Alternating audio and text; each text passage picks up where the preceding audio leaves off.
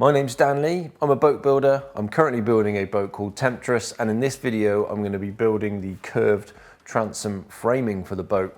This framing is built within a CNC cut mould that allows us to create the laminations that form the curved sections of the transom. And we also use that mould for then doing the final location and arrangement and trimming of all the joints and parts that will later on fit within this laminated margin. So the first thing we need is the mould within which we form this large curved section. So we'll get cutting that on the CNC machine and then we'll get started.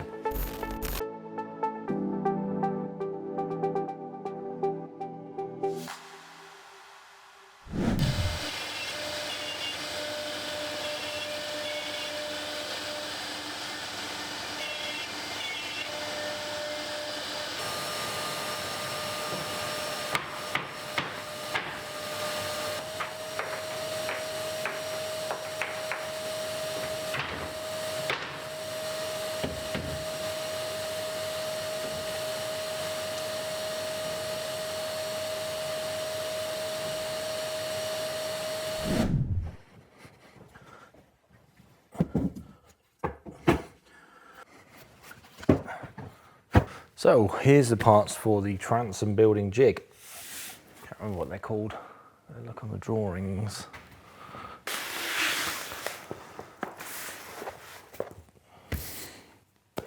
Okay, so here are all the parts for the transom jig.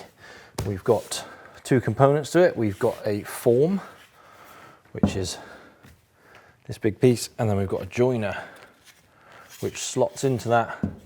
And we use a CNC cut half housing joint for the two of those to locate nice and easily. This forms a big grid system within which we build the transom to form its curve. So that's roughly what we're going to be looking at. This kind of big dish assembly, and then we'll assemble all of that together to form the mould that it's formed within.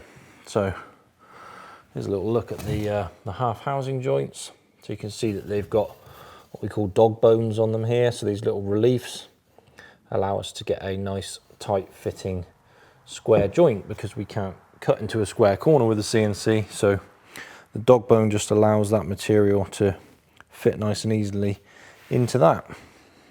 And then if I can show you one-handed.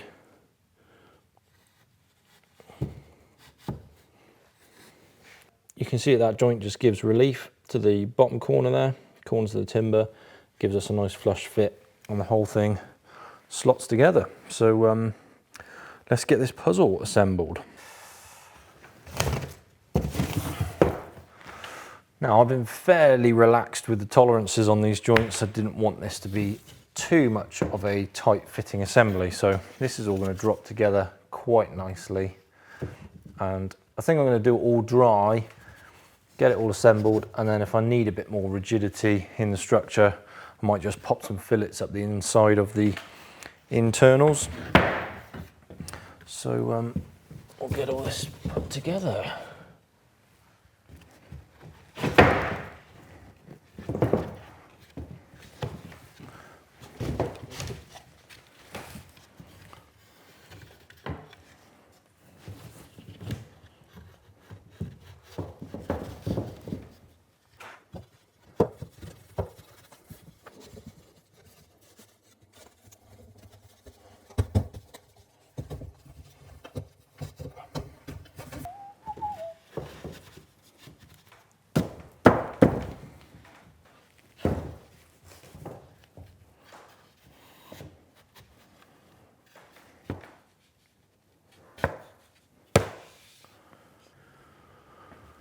Okay, so that goes together nice and quick. So you've got good fitment of the joints, real nice landing across all of the intersections there. Good relief on those dog bones, and one big cradle within which to form the curvature of the transom. So I'm going to get some glue. I think probably just use a glue gun actually, and just put some little fillets up the inside of here. I don't really want this to be too permanent, this jig, because it'd be nice to be able to take it to pieces and store it a bit more efficiently another day. So I'm just going to put some glue in there just to take out some of this movement and just stop anything flopping around too much.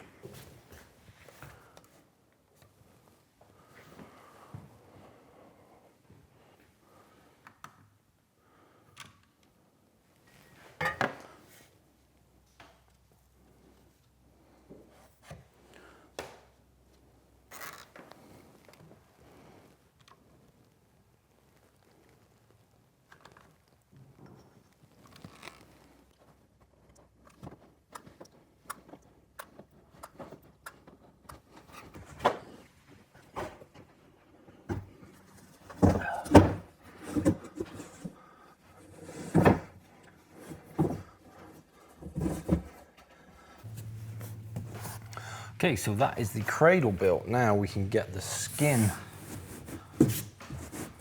sprung into place, and this is just a piece of 6mm MDF, which, to be fair, is pretty much sitting itself down where it needs to be, which is good. But I want to try and get this nice and central, and that's because I've made a slight revision to the design. So I'll show you what we're looking at there. So what you might be able to see that I've done is I've actually scored the transom lines into the skin on this jig. So if you remember originally, so this is the mini version from the quartz scale build over there. So if you remember originally, my plan for this was to CNC cut the transom pattern, the inner planking pattern, and then spring that into the jig and then use that as my guidance to position all of the parts. Now, because I'm doing things a little bit differently, what I've decided to do is to not use a plywood skin on the inside of the transom. I'm actually going to plank it. So in that instance, I'm not cutting that pattern. So I wanted to look for a slightly different way to do this. And this is what I've come up with. So I've cut that pattern for all the framing and for the transom outline into this skin. Got some other helpful references, just like a center line and the join lines here for where the various components of the transom should meet. Now, I'm not entirely sure of the accuracy of this, and the reason for that is that this involves wrapping and unwrapping parts in CAD. So that's taking a curved object and then unrolling it, and CAD should do the calculations for how that shape changes and transforms, because there is actually quite a change. Even though this is just a straight curved component, by the time that's unwrapped, things such as the lines on the bottom, they all kind of change and move around. And it's easy enough to do that in CAD with complete outlined parts, such as the perimeter of the transom, but when you start including details within it, such as the inner margins of the transom framing, the two don't unwrap in an aligned way, and it can get a little bit complicated, it can induce errors, and it's a little bit difficult to know if you've actually got things right. But what I can do here, because I'm doing it physically, I've done this from the unwrapped pattern. The plan is that now this is in place, I can measure from the two chine corners, and I can see if that matches the finished true width of my transom framing. If it does, this pattern is okay, and it's good enough to issue within the plan sets for anybody that might be building this coming up and want to use this as a refinement. If it's not okay, then what I can do is I can take that indifference from here and I can correct the plan accordingly and make an adjustment. So I'm going to get this screwed down into place, and then we'll be ready to start cutting some transom parts.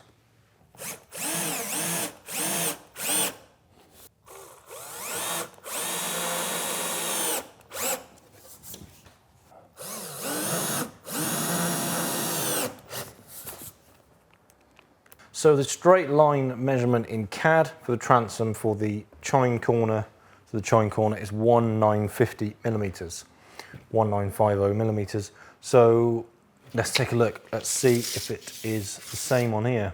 I'm not massively accurate with a tape measure. I don't really like using them if I can help it, but for something like this, there's not a lot I can do. We are about 1955. We're 5 millimeters over size.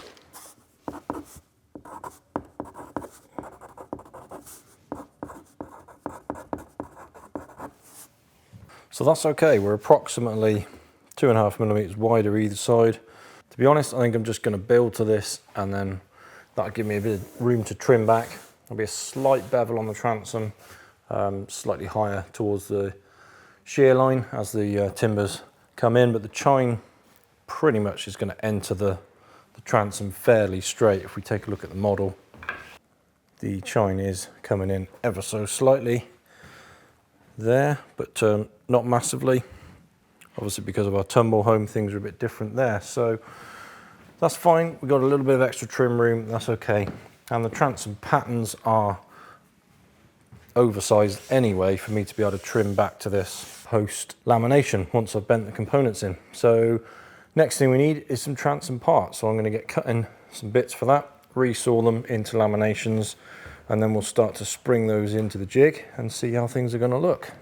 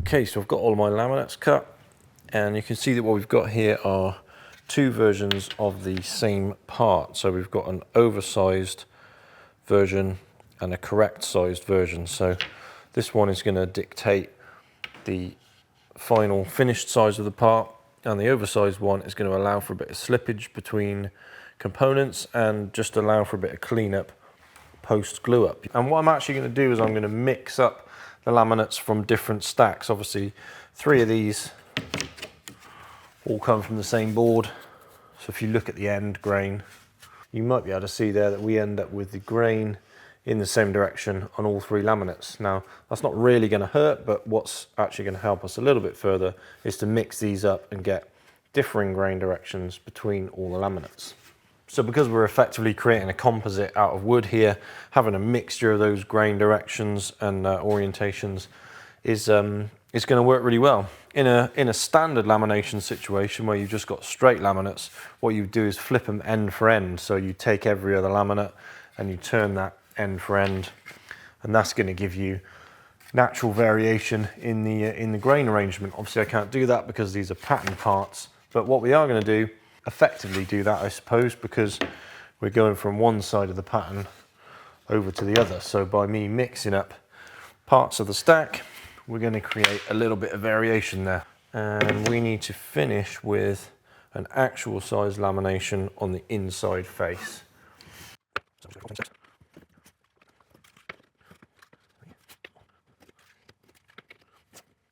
And then they're all pretty nice, but I want to pick the nicest one for the final layer because that's what we're going to see inside the finished boat. Now the transom is a true arc, so this basin that we're building this in is a complete even arc. The curvature is the same throughout the full width of the transom. So the way in which we lay up these parts has got to follow the pattern of the transom angle wise. So what we don't want to do is to laminate this component like that, because we're going to get the incorrect curvature. So we want to follow the angle of the transom. But what we can do is shift this up and down. So as long as we're at this angle, we can glue up this part in any position. And we're going to want to spread parts out a little bit so that we can glue up all of these at the same time. And I can do that in one process. So we've got two bottom frames which need to pretty much start on our center line and then follow the dead rise of the hull up through there. So we're going to put one in place there. We've got these little cheeks here which go in, and these components are going to want to be laid up in this position because they have actually got a slight curvature to them. And then the deck beam can be done up here, but again, as long as we come straight upwards, we'll be okay with that. I think to stop slippage of the laminates, I'm going to put a hole through them, which is what I did on the stem actually, worked really well. And I might screw them into the jig to clamp them down. I think I'm going to need clamps as well. And I've just been speaking to Patrick on Patreon, who's also doing this, and he's just done his own skin for the transom jig, and he's done MFT holes all the way around the perimeter of it, which is a really great idea. Nice one, Patrick. And I think I'm probably going to do the same. So I'm going to drill them as I go, but what's going to be really handy to have is the location of the forms beneath.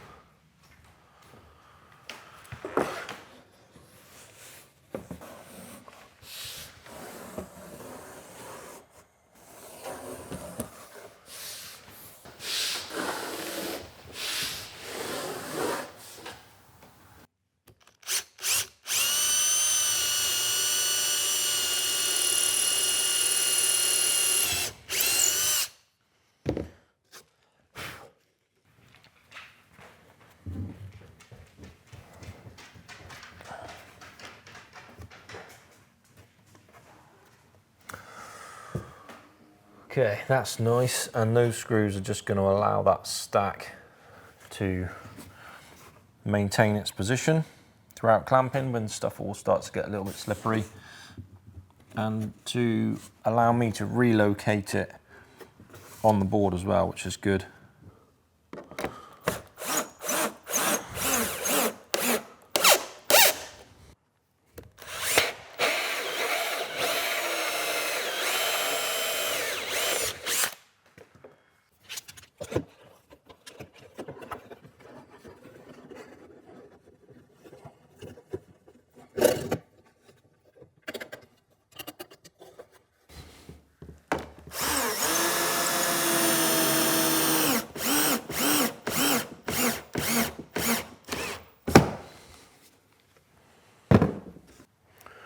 Okay, so that's what we're looking at.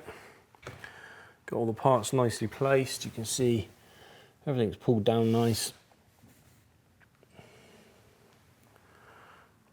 And I'm pretty happy with that. So I think the screws through the parts are a definite must. There's a lot of slippage between these, even when these are dry actually, as you pull them into place. And although we've got some oversized, we've got room to account for that. We don't want to be too far out, so we've got plenty of trim room on them, but it'd be nice to get them close as possible right out the gate, and I think the screws are a really good way to do that. The clamps, you definitely need to be quite specific with positions, not just with getting the clamp onto the part, but getting it onto something underneath. As you can see there, I've gone onto that main beam, but with some of the clamps around here, you're either onto a beam or you're kind of inside a hole. These F clamps are a bit less than ideal because they're kind of up in the top of the jaw, so I might have to put a little spacer under those. So it's not just getting a clamp in, it's getting it in the right position. So screws are a bit more versatile in that respect, and what I've actually done with these two here is I put a screw through and then I've put a block underneath, which I can screw into and get a good pull down on, just because that was the biggest gap of that part, so it really needed a good pull down right in that vicinity. And I think 2 screws as a minimum per part is a good idea, just to keep them well aligned and back where they should be. So next thing to do is going to be strip all this off, put some polythene on the jig and get gluing up.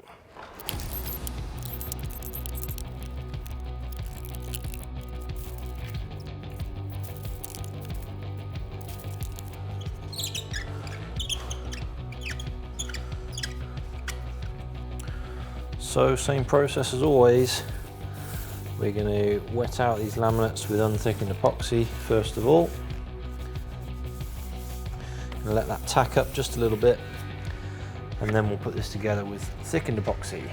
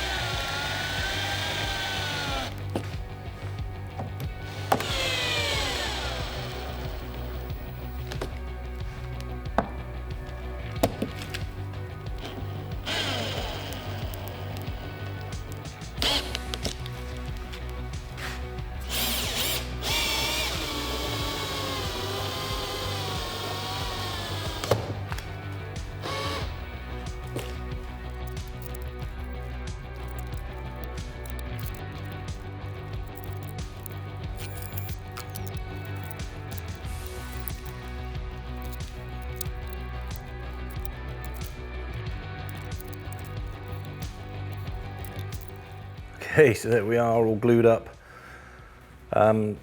Slight last minute addition to the process there. Just decided to put these timbers across and get really nice compression across all the parts. That actually works really well. I did that actually in favor of the clamps through the holes there, because you can just get, good compression across the top and the bottom sections of the transom. Just pick everything up where I need to. And yeah, that worked. Really pleased with that. You can see the sort of squeeze out we've got going on here. I haven't done any cleanup yet. So we've got pretty uniform squeeze out around most of the parts. And that's a really good indication. That's another good reason for using that notch spreader, is it just gives you a good even correct glue line. And you can see we've not really got excessive glue in there. We've got squeeze out everywhere, which is what we want to see. That's how we know we've got complete coverage in there. But we're not wasting loads of epoxy by oozing out everywhere. So yeah, I'm pretty pleased with that. That's come out nice. I'm not actually going to do any cleanup on this. I'm just going to leave it as it is, and we'll do that tomorrow when I start to size the parts, because actually trying to get in there with a mixing stick or anything to try and scrape all that off in between these timbers is going to get really quite messy. So we'll leave that as it is, come back tomorrow and start the next phase.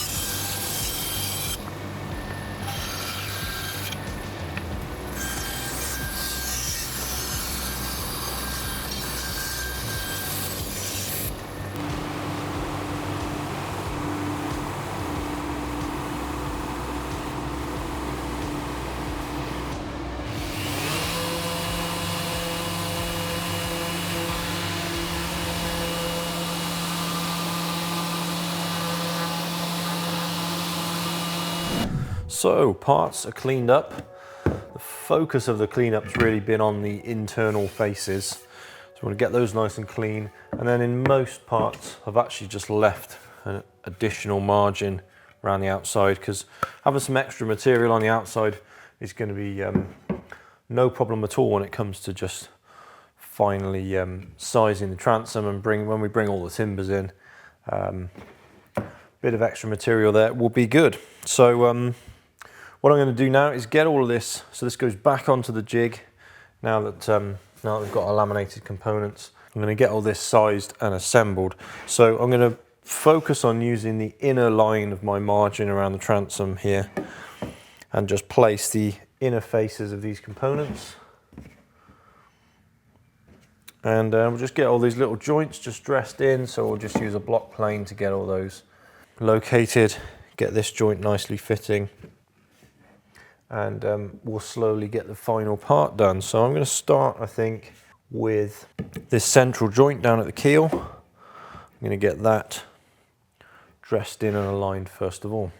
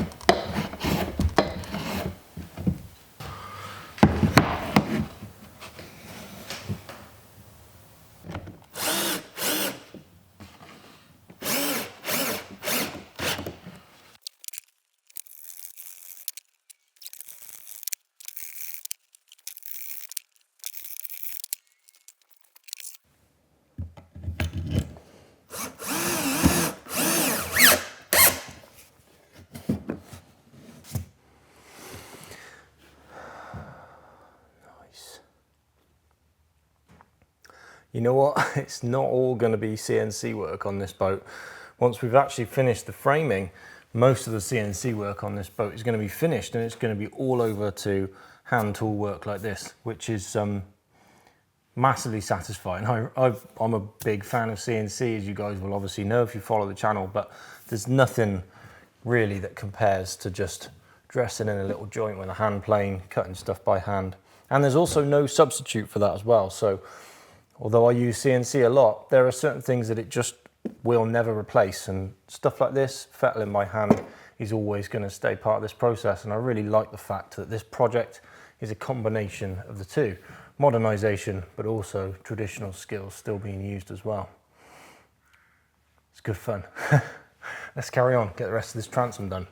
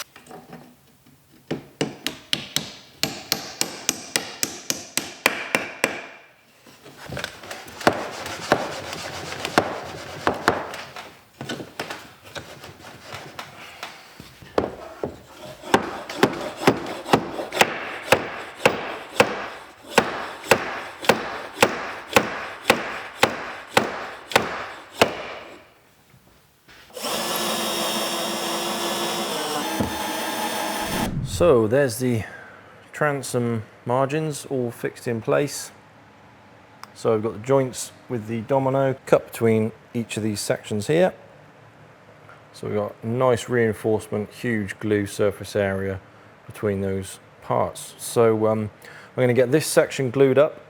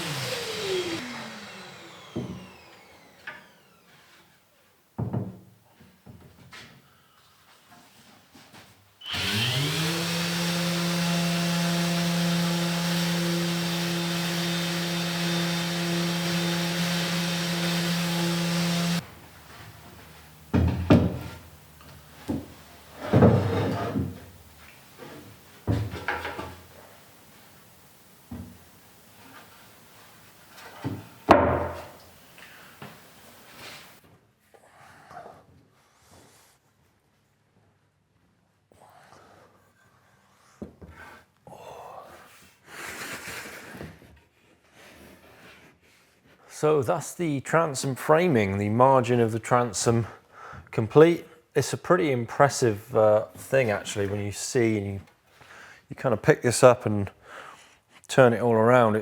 There's not a straight line on this thing anywhere. You've got curvatures in all kind of directions, and even these little cheeks have just got a slight cupping to them. It's really quite a cool part of the boat, and building it in this form is pretty much the only way I can think of doing this. I came up with several different iterations of how we could form this transom when I was doing the plan sets for this boat, and this one seems to work pretty well. It's a nice, accurate way of doing things, and just having this jig here to reference everything from, to measure from, and to position parts to is pretty essential. There's not going to be any CNC beveling to be done on this because there's no possible way I could bevel this on my machine just due to the depth of the curvature on the part. You could do this if you had a big flashy 5-axis machine, but I certainly don't have one of those. So I will be doing this the old-fashioned way. I'll be shaping this as we set the timbers in, topside battens, chines and all those timbers. We'll be using that to then put the bevels onto this part once it's done. So that's going to tie it up for this video. In the next video, what we're going to do is some of the internal parts that fit within the framing of the transom. So we're going to be installing a foot that carries the keel down into the base of the transom here. We'll be installing a king post that's going to go from that foot up to the top of the deck beam, and then we've got a number of different posts that are also going to run vertically. We've also got some big plywood cheeks that are going to go down in either corner here, and they're going to give us massive reinforcement and rigidity within the chine areas of the transom, but they're also going to carry our two big exhaust ports where the big 4-inch exhaust from the Ilmort are eventually going to run out through the transom. And that's a little way off, but nice thing to think of in the long run at the moment. So that ties it up for this video. As always, massive thank you to the people on Patreon that are offering additional support to this project and helping me to fund it, and also to the sponsors that are helping me to reduce the material cost throughout this build, which is making everything possible to do. So thank you very much guys, and thank you guys for watching. Hope you enjoyed this video. Catch you in the next one where we'll do the internal parts for the rest of the transom.